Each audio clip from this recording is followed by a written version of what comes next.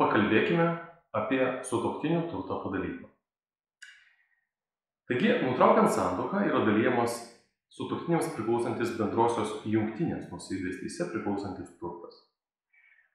Jungtinės nuosavybės teise turtas yra įgyjamas po santuokos sudarymo ir dalyjamas visas turtas. Tai yra tiek kilnojamas, tiek nekilnojamas turtas, tiek santuokos banko sąskaitose, tiek vertybiniai popieriai, tiek kitas turtas.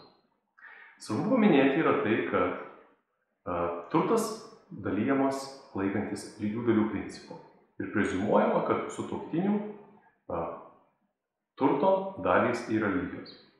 Tiesa, egzistuoja atvejai, kuomet teismas turi teisę nukrypti nuo lygių dalių principo, atsižvelgdamas į sutuoktinio sveikatos būklę, turtinę padėtį, taipogi apie iš jo pusės didesnį prisidėjimą prie jungtinės nuosavybės teise įgyto turto asmeninėmis lėšomis, savo darbu ir taip toliau.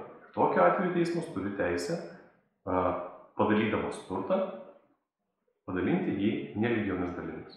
Pavyzdžiui, trečdalį turto priteisti vienam sutuoktiniui, o 2/3 turto kitam sutuoktiniui. Svarbu paminėti ir tai, kad egzistuoja atvejai, kuomet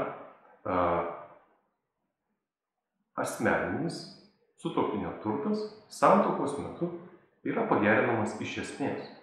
Pavyzdžiui, atliekant turto kapitalinį remontą. Ir tai yra padaroma sutuoktinių bendromis lėšomis arba asmeninėmis sutuoktinio lėšomis ar darbu. Tokiu atveju taipogi turtas gali būti pripažintas bendru sutuoktinių turtu, bendra jungtinė nuosavybė ir dalinamas santuokos nutraukimo byloje. Itin svarbus aspektai yra susijęs su įrodinėjimo pareiga ir jos užpildymu.